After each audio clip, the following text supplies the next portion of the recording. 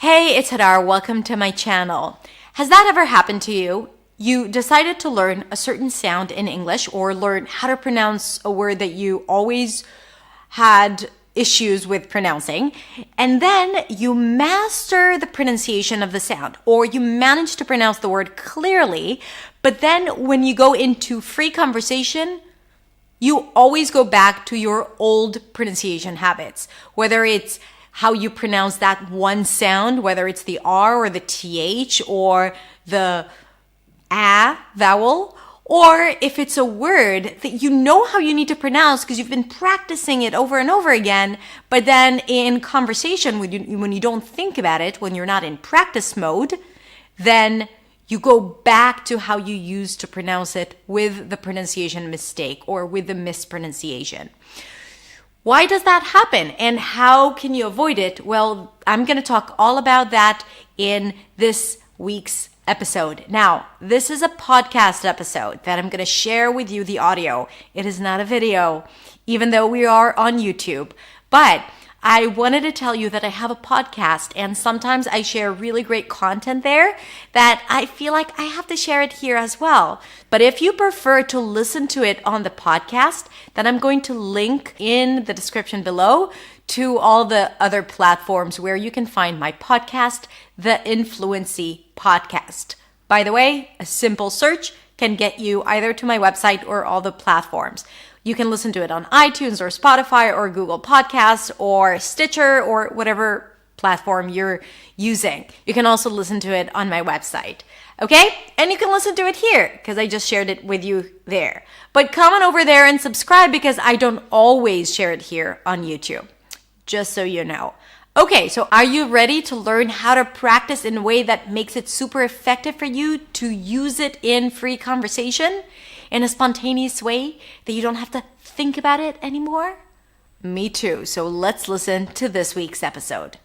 Welcome to the Fluency podcast. I'm Hadar, and this is episode 21. And in this episode, we're going to talk about how to practice pronunciation effectively.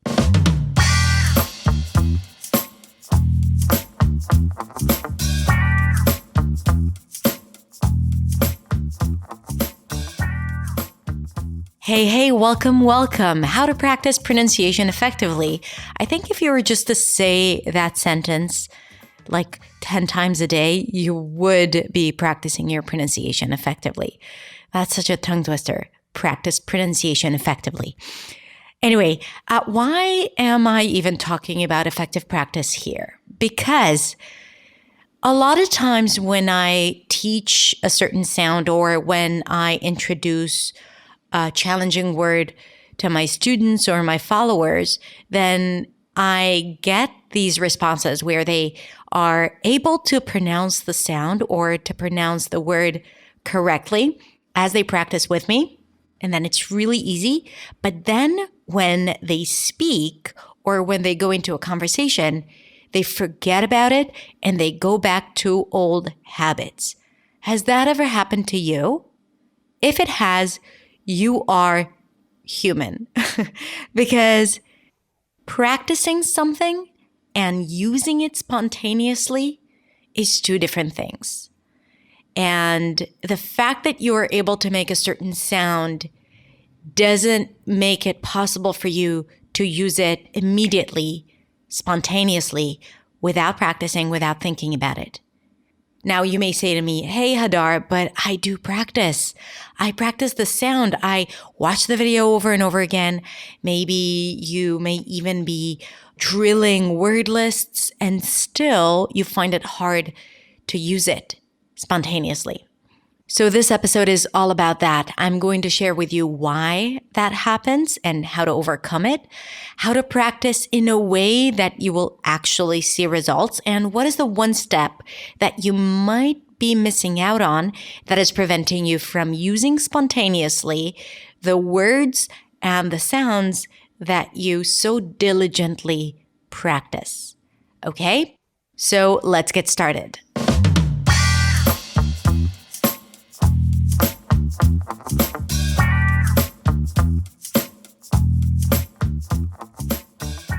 Before we begin, I want to share with you something from my experience. Actually, two things. One, when I was a kid, I used to play the piano. So I have the experience of training on the piano, right? Playing the piano day in, day out. Actually, no, I was a really, really terrible student, and I would only practice 30 minutes before class, before my piano lesson. But there was one piece that I loved, and I was supposed to play it at the final concert, the final recital.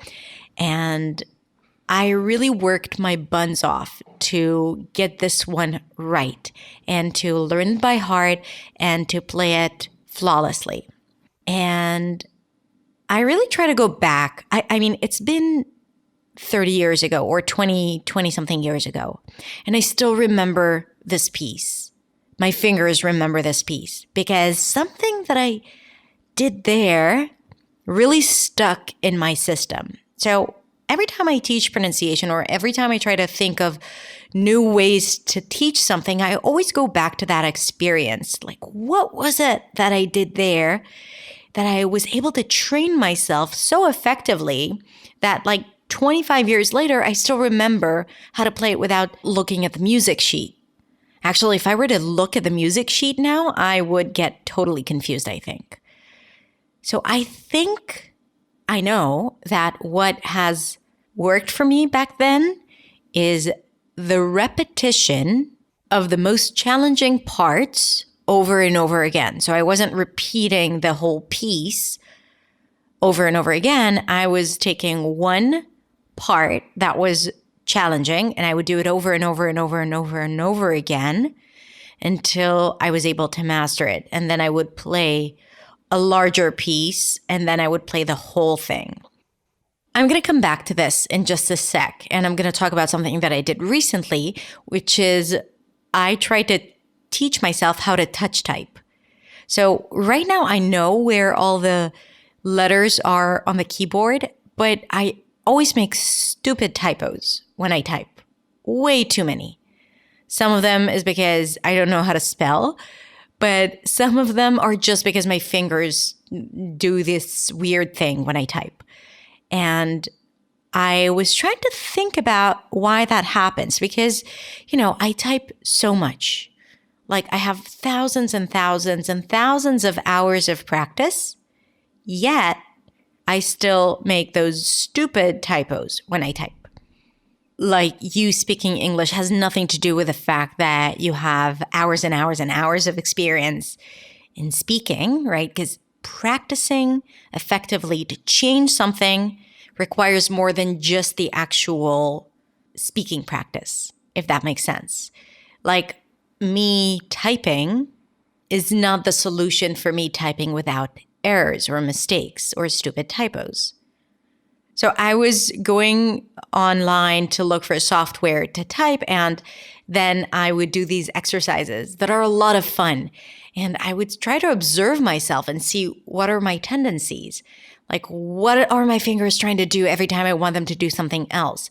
And how it's so funny. Like, I know I need to do one thing and then my fingers go elsewhere.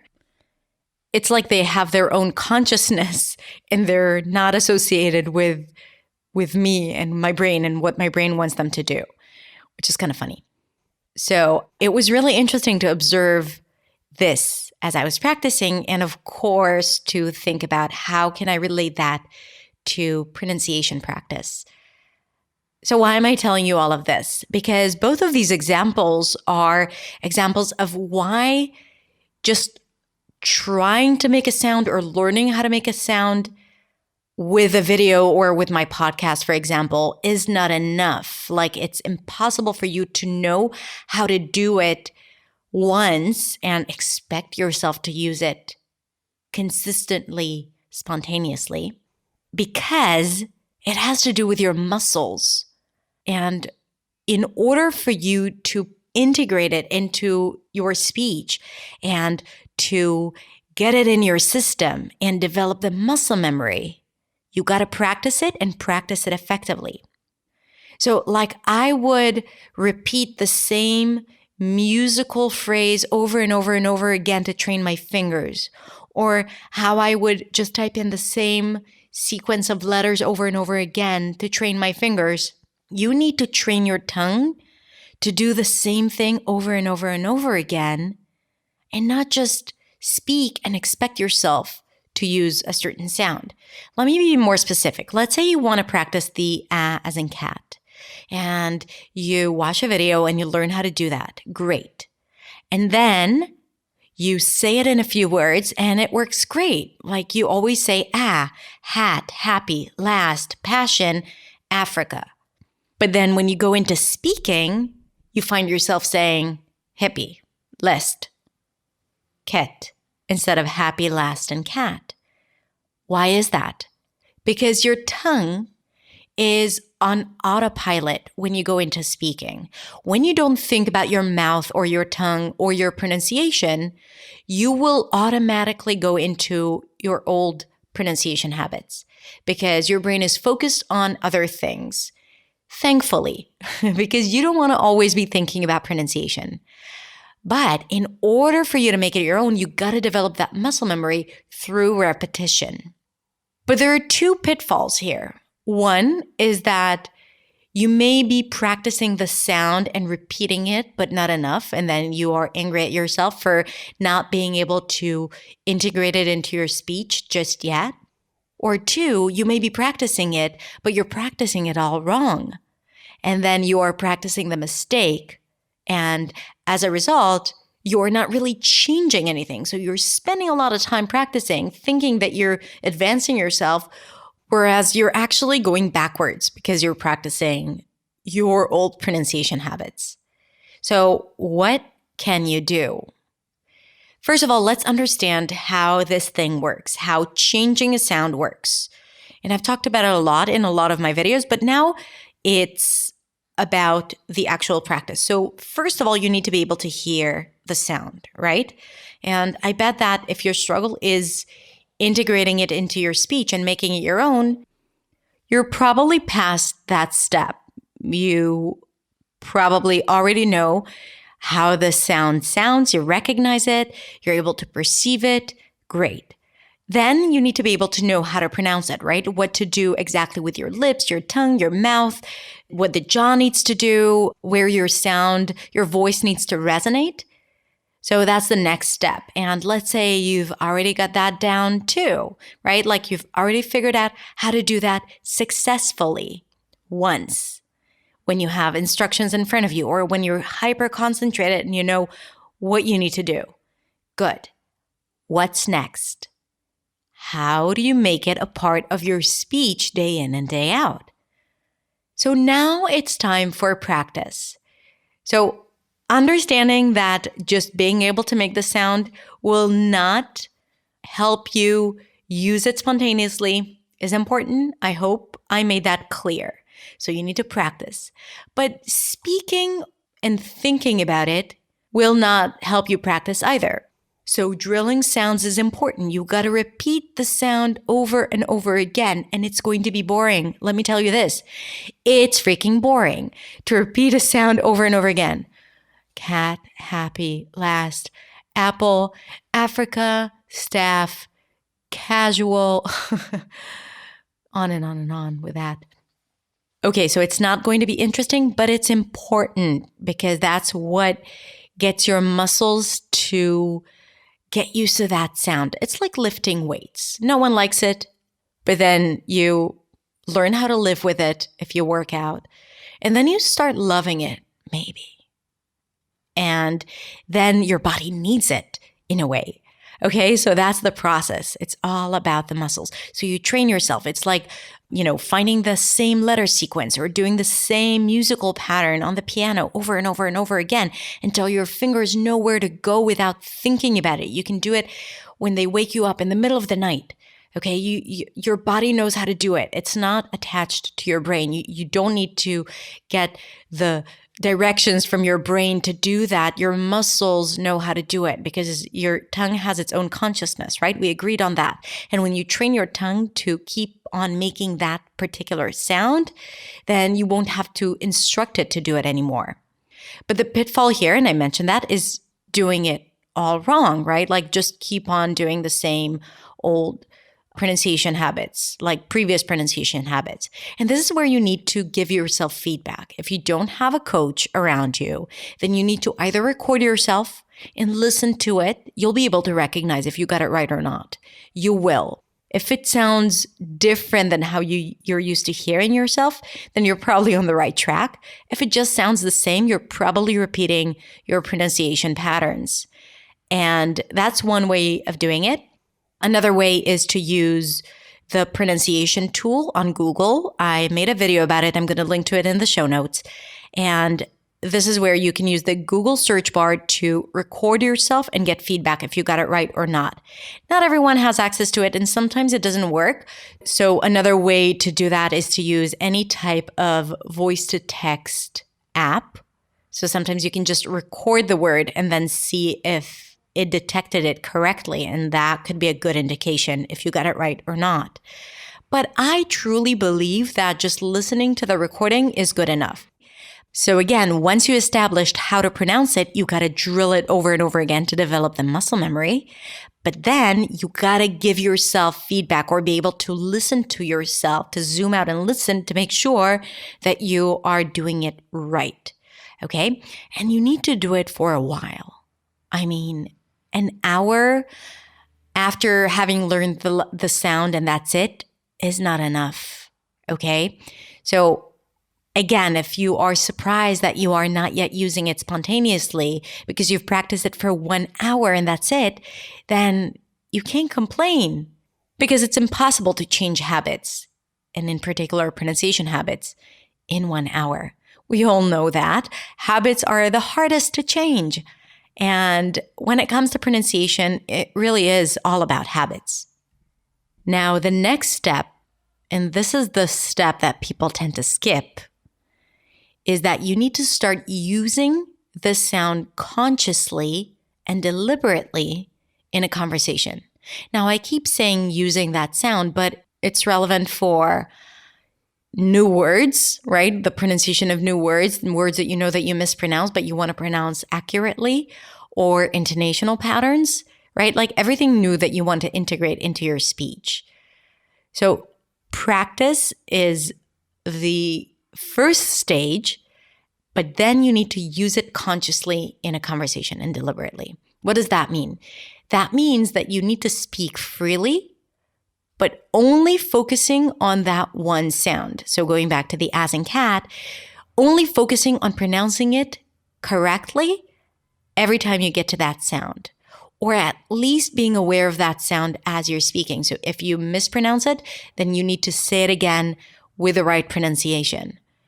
And you want to do that as you're recording yourself again, so you can listen back to it and then pay attention that you actually did it correctly. And if you didn't, then you need to do it again, or at least that part. Remember, like playing the same part over and over again on the piano.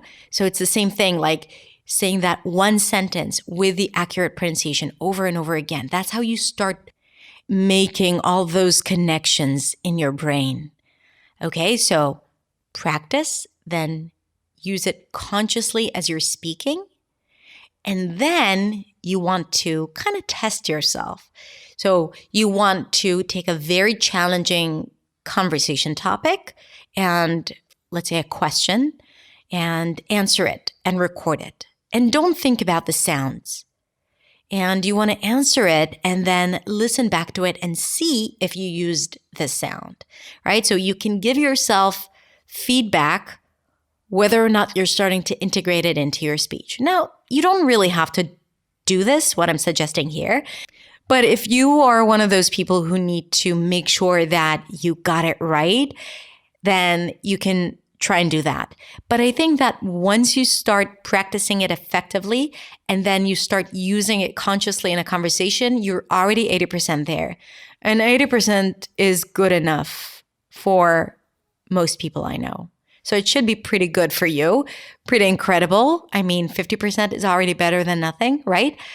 We are not striving for perfection because being clear is more important than not having an accent. Being clear is you being able to communicate your message. Okay, to wrap it up, let's talk again about why it is important. It is important for you to understand that there is nothing wrong with you if, on one hand, you know how to pronounce a certain word correctly in English, but when you speak without thinking about it, you always go back to old pronunciation. There is nothing wrong with you. It just means that you haven't integrated it into your speech. And to do that, you need to do something a little different than just knowing how the word should sound. Then you need to go through this practice system that I outlined. Okay? And also, there's nothing wrong with you if you know how to make a certain sound, but you keep going back to your native sound when you speak in English. That makes sense if you haven't integrated it into your speech. And that can only happen if you go through the practice I outlined in this episode. Does that make sense? So stop being harsh on yourself or stop being surprised why you are unable to speak clearly if you haven't done the work required.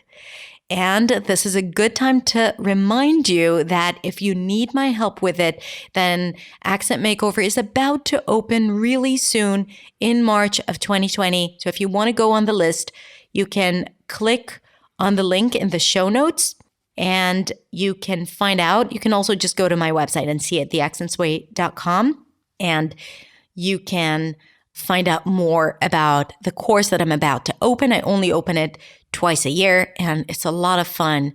A bunch of people practicing together. You get feedback, you get all the instructions that you need, and a plan for every single day. So you know exactly what you need to do. No questions asked. And if you have any questions, you get answers. And basically what I promise you is to start seeing results. And I definitely talk about effective practice techniques there. Okay, that's it. I hope you enjoyed it, and I will catch you next time in the next episode. Bye.